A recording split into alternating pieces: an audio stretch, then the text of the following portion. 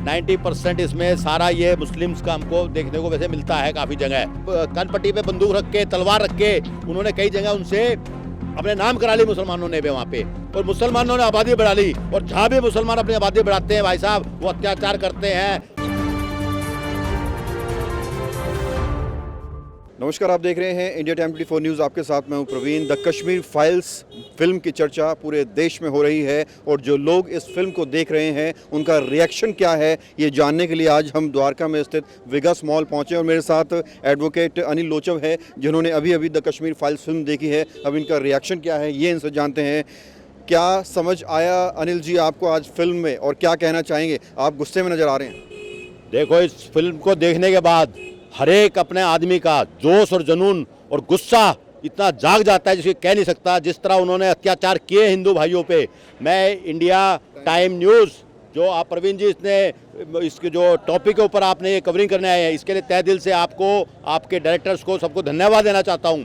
और मैं बहुत शॉर्ट में बताऊंगा और बहुत काम की बात बताऊंगा। मैं चाहते हैं दर्शक लोग इनको पूरा ध्यान से सुनो और आगे हमारे देश को ये इम्प्लीमेंट करना चाहिए, वो मैं बताऊंगा। क्योंकि मैं 1995 और 96 में बीएसएफ के अंदर सोपोर, कपवाड़ा, बारामुल्ला, अनंतनाग सबसे टेररिस्ट जगह पे मैं नौकरी भी करके आया था। तो आज जैसे इस फिल्म में देखा, स्क्वाड्रन लीडर रवि खन्ना को गोली मारी। जब रवि खन्ना की पत्नी गई पीएम से मिलने तो उसे मिलने नहीं दिया, कितनी बड़ी नासाफी है। और यासीन जो था, वो यासीन मलिक, उसको जाके बिरयानी खिलाते हैं पीएम साहब, तो कितना वो गलत काम किया हुआ था। ऐसा है जी, क्राइम स्टोरी द्वारा देखो, आप टीवी पे आते हैं जितने भी तकरीबन सीरियल्स, आप लोग तो टीवी देखते ही हैं, 90% इसमें सारा ये मुस्लिम्स का हमको देखने को वैसे मिलता है काफ़ी जगह। और साथ में मैं आपको बताऊं, ये फिल्म चाहे 200 करोड़ कमाए चाहे 500 करोड़ कमाए, that is not a big thing, लेकिन 100 करोड़ हिंदुओं को ये एक जागृत कर रही है, जगा रही है। जो पंडितों के साथ में अन्याय हुआ है उसको हमें दिखाया गया है, ये एक अच्छी बात है। लोग पहले हैदर बनती थी, न्यूयॉर्क बनती थी, माय नेम इज़ खान बनती थी, ये इस टाइप की फिल्में बनती थी। आज पहली बार एक अच्छी फिल्म बनी है जिसका मैं पूरे दिल से, मन से वो करता हूँ। अनिल जी, जिस तरह से आपने बताया कि आप बीएसएफ में भी 1996 में वहाँ थे, अब हर किसी के जहन में यही सवाल उठ रहा है कि जिन पंडितों को कश्मीर से निकाला गया उनको रिस्टोर कैसे किया जाए, कहाँ कैसे वहाँ भेजा जाए, क्या कहेंगे? ऐसा है जी, देखो, आपको निकालने का तरीका आज मैंने फिल्म में देखा है, वहाँ से गोली मार के निकाला गया है जी। अब गोली का जवाब गोली से ही होएगा। आप प्यार से जाके उनको बिरयानी खिला के हाथ जोड़ेंगे तो मुसलमान नहीं बिठाएंगे उनको भाई साहब। तो इनको यह है, गरम गरम लोहे की रॉड लेके जाना चाहिए, बड़ा तो रॉड मारो, साथ में गोली का जवाब गोली से दिया जाए, डंडों से नहीं। एक स्पेशल फोर्स बना जाए, BSF, ITBP, CRPF, special armed force, NSG, इनकी हर एक कंपनी लेके 10,000 के करीब जवान लेके हमारे पीएम साहब को एक मुहिम छेड़नी चाहिए, कश्मीर रिस्टोरेशन टास्क फोर्स।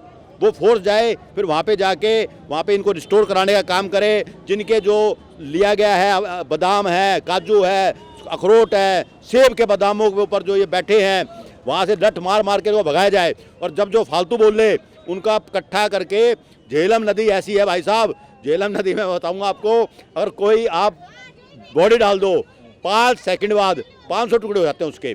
तो इनको आप ज़मीन में भी दफना के ना, ज़मीन को अशुद्ध मत करो। इन उग्रवादियों जो लोग हैं ना वहाँ पे टेररिस्ट, इनको उठा के झेलम में पटको। लेकिन ये सुनिश्चित सरकार को करना चाहिए कि उसमें मासूम लोग ना आए चपेट में।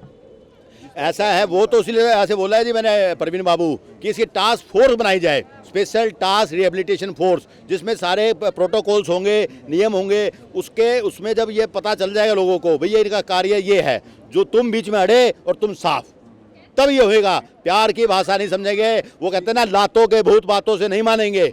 हाँ जी, एक चीज़ और मैं समझना चाहूँगा, उस वक्त जो दिखाया गया 1990 में जो हुआ मुस्लिम हिंदू पंडितों के साथ, लेकिन सरकार का बहुत कम रोल दिखाया गया है। आप सरकार की भूमिका क्या मानते हैं? उस वक्त जो परिस्थितियां रही थी, क्या सरकार की तरफ से कमज़ोरी दिखाई गई? देखो, उस टाइम जो गवर्नमेंट थी वो बेसिकली हाई कमांड में जो चल रहा था वो कांग्रेस का था, जिसमें जैसे नेहरू जी का हर के परिवार आगे चलते आ रहे थे। अब ये लगाते गांधी हैं, पर ये थे मुसलमान, तो भाई मुसलमान तो मुसलमान सपोर्ट लेगा। जो गांधी जो कह रहे हैं, बेसिकली इनका थे तो पहले मुसलमान, फिरोज गांधी तो था। तो अब इन्होंने वो गेम खेला, फारूक अब्दुल्ला, उस जज को जो मारा था ना जिस आदमी ने, मकबूल भट्ट, जब उसको फांसी देने की बात हुई तो फारूक अब्दुल्ला बोला फांसी मत दो, ये तो शहीद है। तो ये वो लोग थे वहाँ पे जो वहाँ बैठे थे, तो वो गवर्नमेंट थी भाई साहब। ये फिल्म में आज देखी गई है, जो पता चला फारूक अब्दाल ने बहुत नेगेटिव रोल किया प्ले, और उसने ही एक कश्मीरी पंडितों को निकालने का सारा गेम रचा। ये आज फिल्म में हमें पता चला है जी। आज शहीद भगत सिंह की जयंती भी है, आप इस मौके पर क्या कहना चाहेंगे? ऐसा है परवीन बाबू, आप लोग आए हो ये कवर करने, साथ में शहीद भगत सिंह हमारे बिल्कुल राष्ट्रीय, हमारे जो असली हीरो होते हैं वो यही थे। ये बाकी तो आजकल जो बने हुए हैं ना खान पान, ये सब तो बकवास हैं। तो इसके बारे में मैं हमेशा 2 कविता जरूर बोलता हूँ परवीन बाबू। तो मैं 2 कविता कहने चाहूँगा। वतन वालों वतन ना बेच देना, ये धरती ये चमन ना बेच देना, शहीदों ने जान दी है वतन के वास्ते, शहीदों के कफन को बेच ना देना। यही मैं कहूँगा, जो ये बेचा है ना लोगों ने, जो हमारे 70 साल से लूटा है देश को, शहीदों के ऊपर राजनीति की है, वो बंद कर दो। और अभी हमारे एक सही सेंटर में गवर्नमेंट है, साथ दो और अपने देश को संवारो और सिस्टम से चलाओ जी इसको। यही मेरा संदेश है सभी को। जय हिंद, जय भारत। मैं एक अपना रिटायर्ड, मेरे को BSF का तक मिला हुआ है। 95-96 में मैं वहाँ ग्राउंड पे रहा था, इसलिए मैंने ये बातें थोड़ी जोश में बोलता हूँ मैं, क्योंकि फौजी आदमी हूँ जी। आप लोगों से अपील करेंगे कि इस फिल्म को देखें जाके? हाँ, मैं ज़रूर ये अपील करूँगा हर एक पब्लिक से कि you kindly give some time, इसको अच्छा बजट भी आए, फिल्म का नाम भी होए और यूनिटी भी दिखे। जितने इसको देखेंगे उसे पता चलेगा भाई चलो हमारे जो हिंदू हैं वो एक हैं। ये पंडित की फिल्म नहीं है, गुज्जर की नहीं है, जाट की नहीं है, ये सामाजिक फिल्म है। तो ये हमें देखनी चाहिए, और जिससे कि आगे एक मैसेज आए, कोई भविष्य में ऐसे बनाए तो वो भी इस चीज़ के अंदर देखे। ये मैं कह रहा हूँ। बहुत बहुत शुक्रिया बात करने के लिए। धन्यवाद जी। तो ये मेरे साथ है अनिल लोचब जी। जब 2 भाइयों की लड़ाई होती है और एक भाई जब गलती कर दे तो उस भाई को प्रायश्चित करना होगा और छोटे भाई की भरपाई करनी होगी। और अगर वो कहेंगे जो हुआ वो भूल जाओ, तो ऐसे लोग भी पैदा होंगे जो ये कहेंगे पेट्रोल चाहे 500 हो जाए चाहे 1000 हो जाए, आएगी तो बीजेपी ही। कैमरा जर्नलिस्ट नीरज के साथ प्रवीण, इंडिया टाइम 24 न्यूज़। बता दें, अनिल लोचब एक कर्मठ, सच्चे देशभक्त और निष्ठावान व्यक्ति हैं जो मोदी सरकार की अच्छी नीतियों के घोर समर्थक हैं। अनिल लोचब ने बीजेपी संग मोदी सरकार के मार्गदर्शन में जनता की सेवा करने की इच्छा जाहिर की है। अनिल लोचब ने जम्मू कश्मीर से धारा 370 हटाने के लिए प्रधानमंत्री मोदी का शुक्रिया अदा किया और कहा कि मोदी सरकार में ही यह संभव हो पाया है। खबरों से खबरदार रहने के लिए चैनल को सब्सक्राइब करें और प्रेस करें बेल आइकन।